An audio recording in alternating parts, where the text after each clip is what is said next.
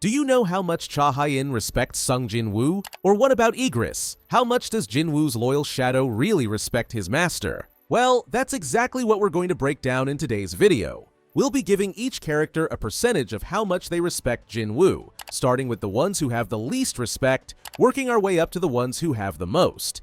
So, let's get right into it with the first character, Kandiaru, or as most people know him by, the Architect. This guy doesn't just have no respect for Jinwoo, he's got negative respect, minus 20%. Kandiaru is a straight-up psychopathic, egotistical maniac who despises humanity to his core.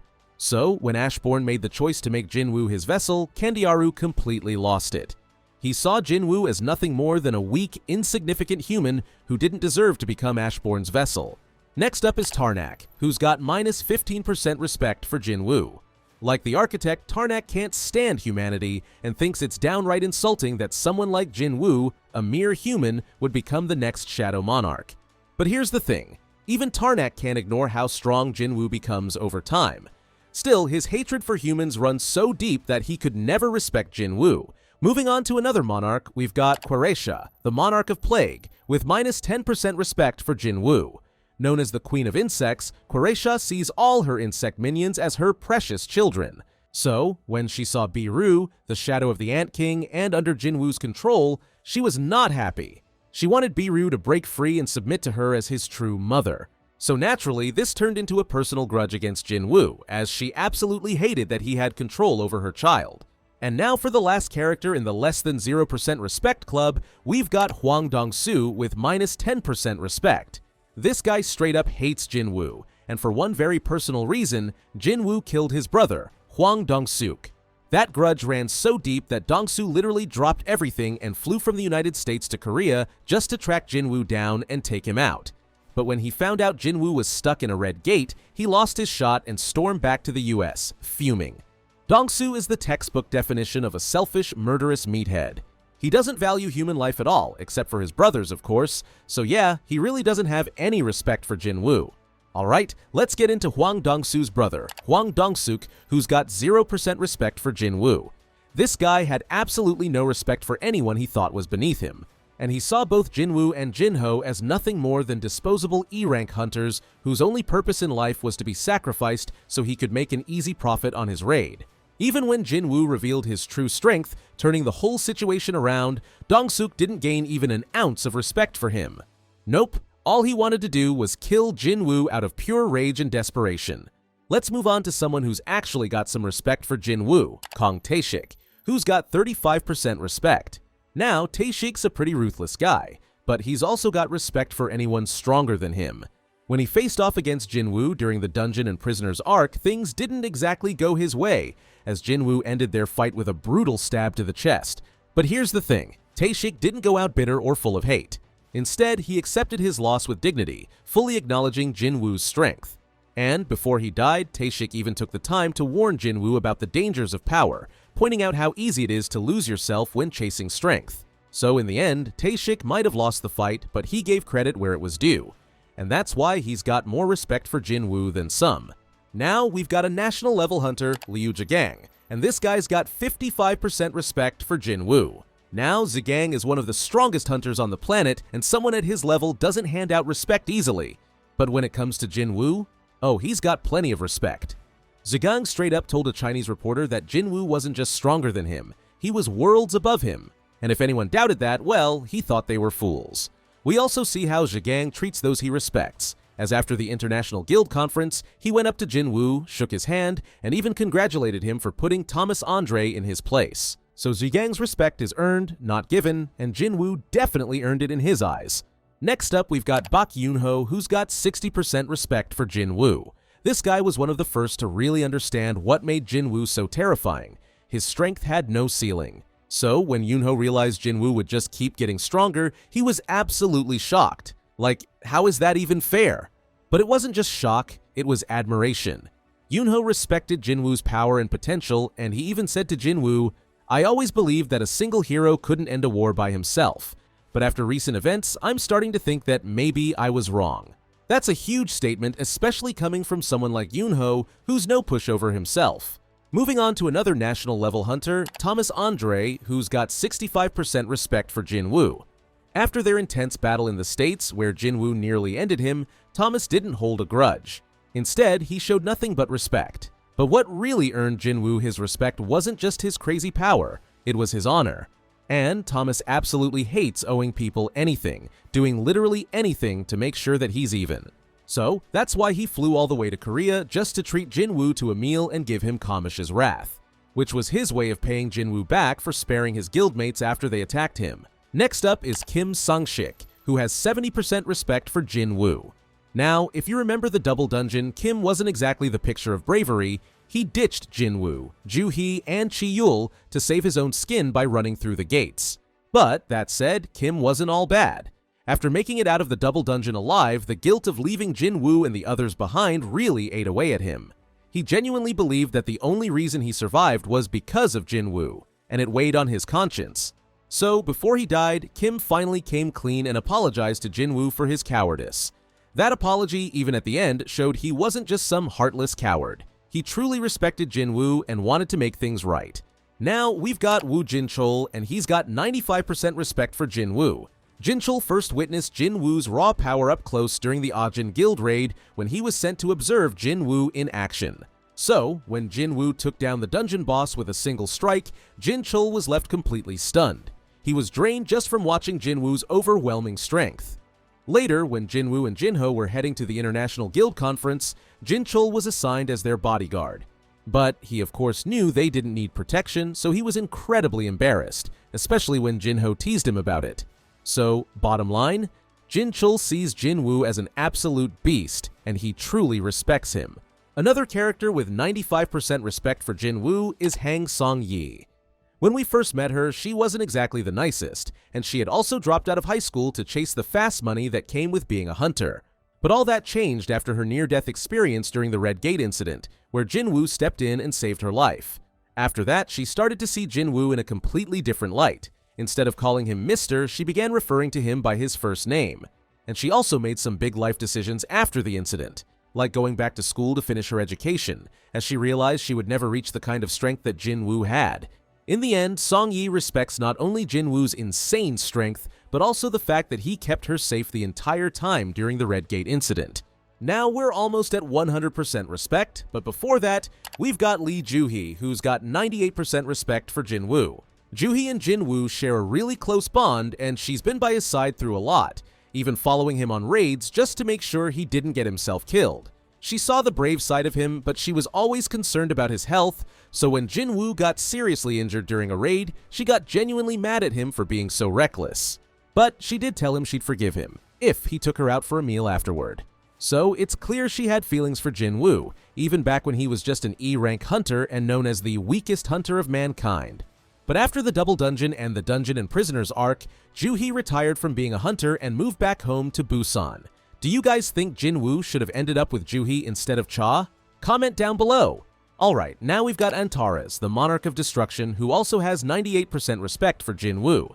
Despite being one of the most bloodthirsty and terrifying characters in the series, Antares actually has a strong sense of honor.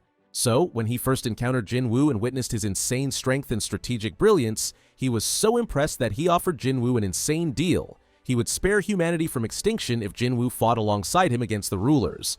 But of course, Jinwoo didn't take the offer, and eventually Jinwoo defeated Antares twice, but he still had nothing but respect and admiration for Jinwoo's strength. And even though they were enemies, Antares considered Jinwoo a worthy opponent. Then, decades later, when Antares faced off against Jinwoo's son, Suho, he was incredibly disappointed to see how weak Suho was in comparison to his father. He outright told him that he was unworthy of succeeding Jinwoo as his heir. So, Antares truly respected Jinwoo, despite being on opposite sides. First up, with 100% respect for Jinwoo, is Song Chi-yul. During the Double Dungeon, when he was ready to sacrifice himself to save the others, Jinwoo, unable to move, told him to take Ju-hee and escape. Chi-yul followed Jinwoo's order without hesitation, showing that he understood and respected Jinwoo's sacrifice. Later, when they met again, Chi-yul was absolutely amazed by how much stronger Jinwoo had become. Then, when it came time for Chi-yul to speak about the events during the Dungeon and Prisoners arc, he lied to protect Jinwoo's secret, choosing to keep Jinwoo's true strength hidden. He understood that he likely had his reasons, and this small lie was his way of showing gratitude and repaying Jinwoo for saving his life. Now, with 100% respect for Jinwoo, go Gunhee. At first, Gunhee respected Jinwoo for his determination and resolve, as despite being literally the weakest hunter of mankind, Jinwoo still pushed himself to provide for his family, risking his life in every raid to support them. And Gunhee saw that kind of selflessness and admired it. But when he eventually learned about Jinwoo's true strength, Gunhee was left speechless, as he'd witnessed the drastic transformation Jinwoo had gone through from a weak hunter to one of the strongest beings in the world.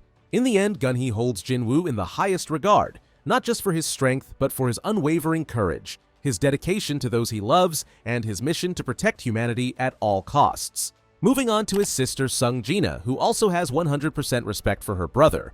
Jinwoo and Jinah have a typical sibling relationship, teasing, bickering, but always caring for each other deeply. Now that Jinwoo has been forced to take over as the breadwinner of the family after their mother fell into a coma, their bond became even deeper, and she deeply cares for his well-being, especially when he's out on a raid, which we clearly saw when she yelled at him after he nearly died in the double dungeon.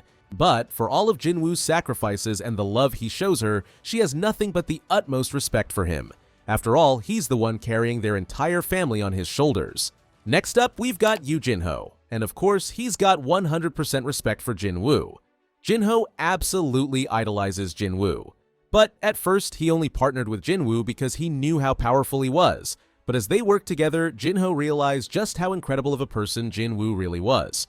Jinwoo treated him like a true partner and friend, never looking down on him despite their massive difference in power. And not only has Jinwoo saved him once, but he's done it multiple times, even going so far as to take down Thomas Andre, a national-level hunter, just because Thomas's underling had hurt Jinho. So after everything Jinwoo's done for him, it's no wonder that Jinho has nothing but respect for him. Now we've got Jinwoo's wife, Hae-In, and of course she has 100% respect for her husband. At first, she was interested in Jinwoo because he was the first hunter she had ever met who smelled nice to her. As if you didn't know, Chae is sensitive to the smell of mana, causing hunters and monsters to smell bad to her.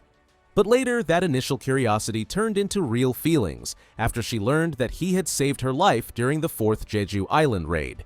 Eventually, they of course became much closer, and now she's got nothing but respect for her husband. She respects his kindness, his strength, and how he always protects her. Someone else who also had a crush on Jinwoo was Esil, who's got 100% respect for Jinwoo. When they first fought on the 80th floor of the Demon Castle, Jinwoo spared her life, which already earned her respect. But what truly blew her away was seeing his power firsthand, as Jinwoo's strength to defeat Baran on the 100th floor left her shocked.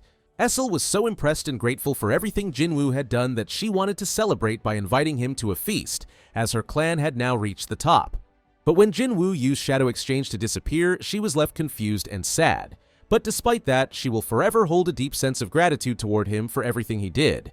Continuing with the characters who's got 100% respect for Jinwoo, and now we've got Ashborn, the former Shadow Monarch. Despite the fact that Jinwoo was pathetically weak and constantly within death's reach, he somehow always managed to escape with his life. And that resolve that he demonstrated in risking his life over and over again for the sake of his family impressed Ashborn so much that he eventually came to believe that Jinwoo was worthy of inheriting his power. So, he transferred his powers to Jinwoo so he could succeed him as the next Shadow Monarch, even going behind Kandiaru's back to make it happen. So, Ashborn saw him as someone worthy of carrying on his legacy. Now, we've got Bellion, the first Shadow of the video, and just like his former master Ashborn, he holds 100% respect for Jinwoo. When Bellion became Jinwoo's Shadow, he recognized the similarities between Jinwoo and his former master Ashborn. He saw the same unyielding resolve and strength in Jinwoo, which made him believe that Ashborn had made the right choice in selecting him as his successor. So, he saw him as someone truly worthy of being the next Shadow Monarch, and he will happily serve him as his loyal soldier. Moving on to another Shadow, we've got Igris, and he's got even more than 100% respect for his master, as he's actually got 120% respect for Jinwoo. Igris absolutely believes that Jinwoo is an amazing master, and it shows in every action he takes. He feels nothing but pride in serving him and is totally dedicated to fulfilling his duties.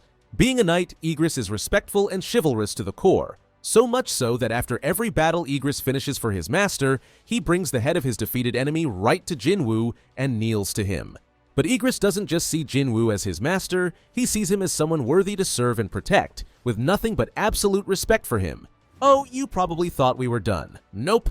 We've still got one character left who's got even more than 120% respect for Jinwoo. Can you guess who it is? Well, it's of course Beru, and he's got infinite respect for Jinwoo, as he respects and admires his master like a god, even to the point of complimenting his strength and skills in the middle of a fight.